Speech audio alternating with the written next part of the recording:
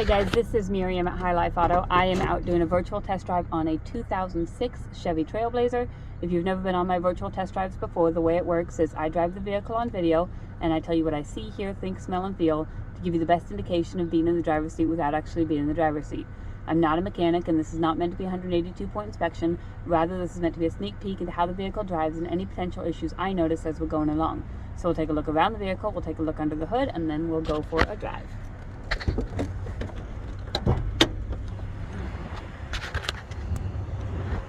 All right, here it is, 06 Chevy Trailblazer. You've got a little bit of rust down here, a little bit starting on the bottom of the doors, but the rockers look pretty good.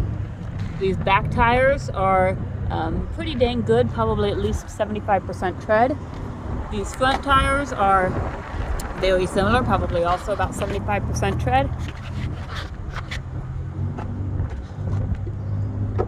The inside, it's been detailed, it's cleaned, a little staining, but it's not bad.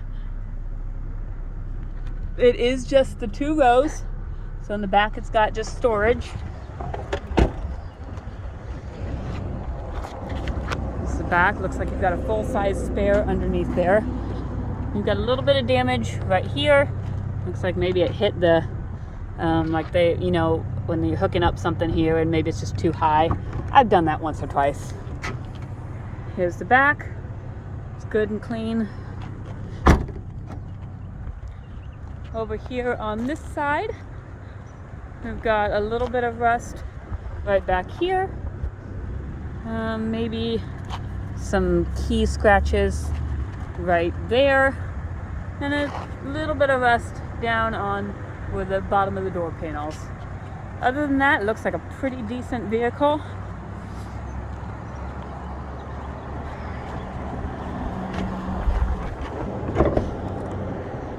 Look underneath the hood.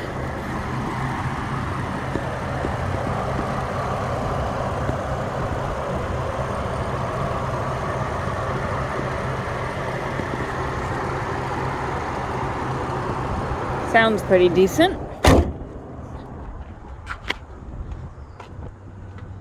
We'll go check out inside. Alright, we've got passenger side window works, rear passenger side window works, rear driver's side window works, and then the driver's side window I've got down, so it works. Here on the dash, we have 220,000 miles on it. We have a service engine light and a check engine light. A service engine light is usually in regards to like changing the oil and stuff. And I don't have, there's nothing up here in the window, so I don't have any record of when the oil was last changed.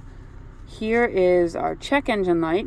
It is P0449 EVAP emission system vent valve solenoid circuit. There's a current one and a pending one, same code. All right. Radio.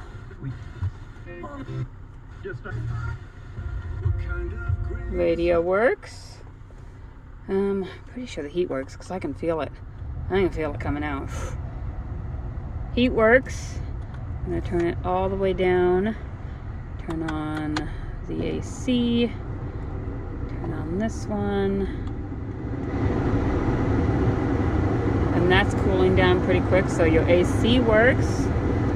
Turn that off so I can hear what's going on. We've got rear windshield wipers here, and you can see they work, or it works.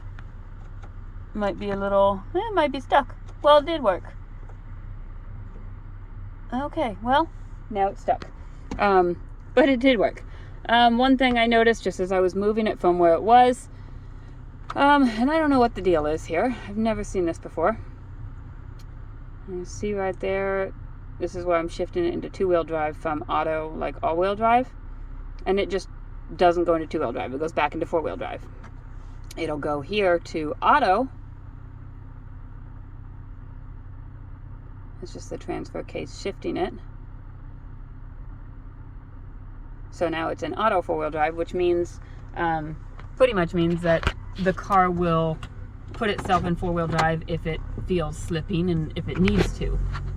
The four-wheel drive is all-time four-wheel drive, and the two-wheel drive is all-time front-wheel drive. So I don't know why it's not shifting to front-wheel drive, but I don't think it's the end of the world, because there are cars that are all-time four-wheel drive all the time. I mean, those cars that are specifically made that way. So even, you know, vehicles like this. So I don't know for certain.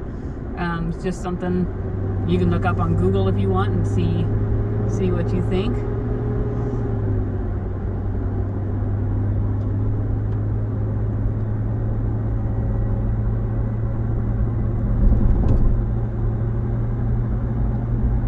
Other than that, it's driving pretty smoothly.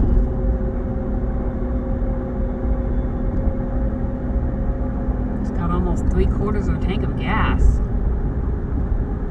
I'm just saying, like, if I were trading in a vehicle, I probably wouldn't leave it with 3/4 of a tank of gas. So that's just me, but I'm kind of a cheapskate, so I would, you know, leave it with 1/8 of a tank of gas. I wouldn't leave the gas light on, but, you know, I'd use everything that I put in there. It's driving smoothly. I don't hear any suspension noise. Check. Your left turn signal works. Your right turn signal works. Your, let's see, windshield wipers work. Horn works. Let's see if we can figure out how to turn on the cruise.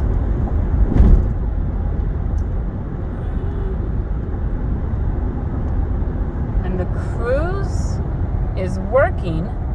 And you can see there, I'm going at right at 59. I don't see any indicators or anything, but it is working. So I don't know if it just doesn't have a cruise light or what. Brakes are solid, no grinding or vibration.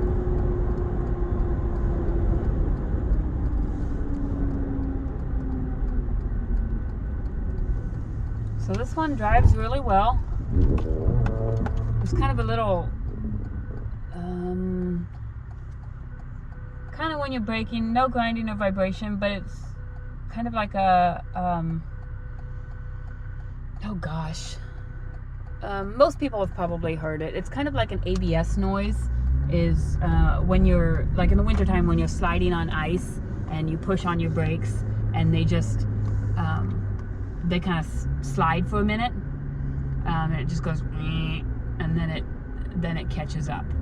So it's kind of like, almost like it's losing traction, maybe I turned too fast or something like that. I don't know exactly how to explain it. I'm sure it'd be something that you'd recognize once you were in it. So other than that, it seems to drive really well. Necessary repairs are, you know, maybe the back windshield wiper if you want to mess with that. I imagine it needs an oil change because of the service engine light, and then the check engine light if you want to mess with whatever the evap code is. I don't hear loud exhaust or anything, so I don't think it's a major exhaust leak. It'd be just maybe in the vent or something between the gas tank and where all that goes. So I don't know for certain. Usually not a big deal, but I just want everyone to know everything that I know. And so other than that, I don't really see anything major that needs to. Oh, and then if you want to take a look at that four-wheel drive, if you want to Google that or talk to your mechanic about that or whatever you may want to do. Otherwise, it seems to run and drive really well. And if you guys have any other questions, you can email me, send me a message on Facebook, you can call me or text me. My cell phone is 309-267-7200, and I can try and get you answers as soon as I can. Thanks, guys.